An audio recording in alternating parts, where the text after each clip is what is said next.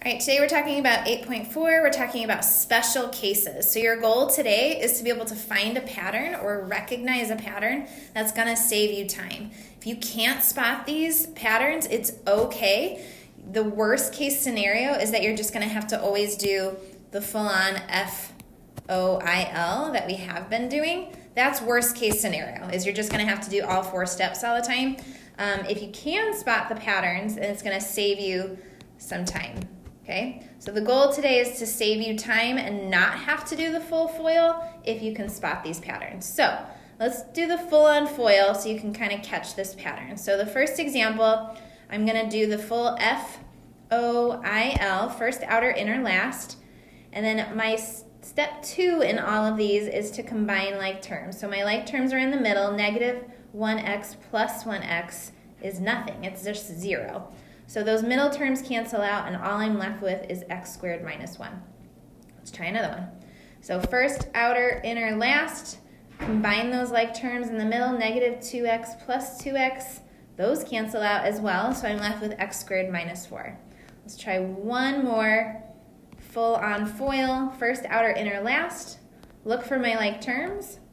Those cancel out as well. So let's see why those keep canceling out. Let's see what the pattern is with all 3 of these examples. So you'll notice that these 3 first examples all had opposites at the back.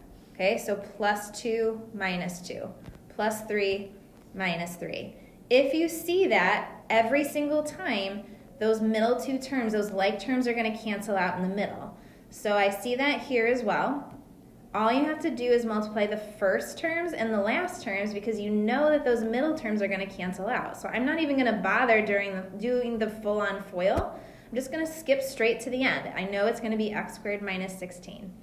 I see the pattern again here with the plus 5 minus 5, so I'm just going to multiply the first and the last.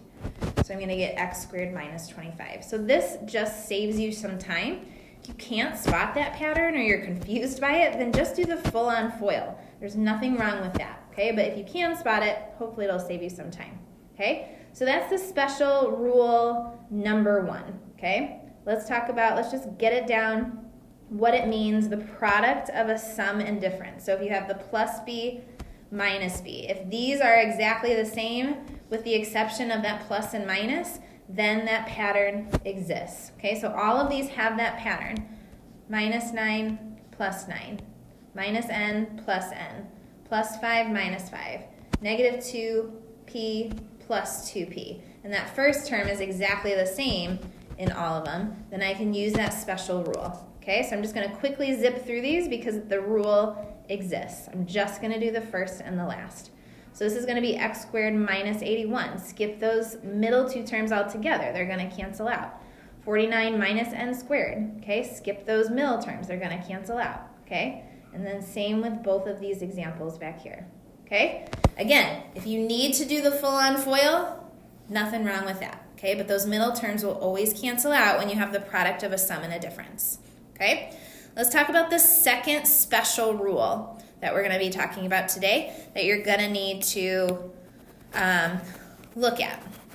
So when you have a square like this with a binomial squared, what you're going to have to do is expand that. That's step number 1. So I have a plus b times a plus b. I'm just expanding that out. And then over here, I'm just going to write a minus b 2 times. So if you see a square of a binomial, they just want you to expand it out. Okay?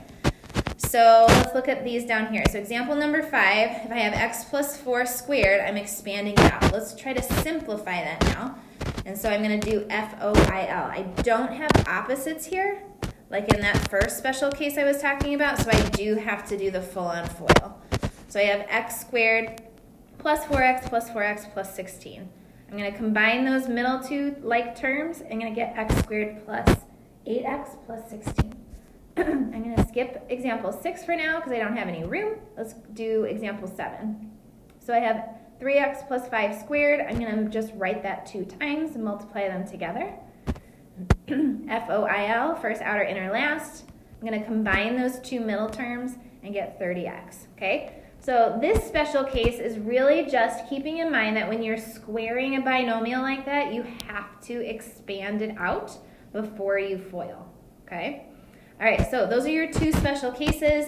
I would love it if you would try example 6 and example 7 if you have some room, just to kind of get a feel for what this process is like.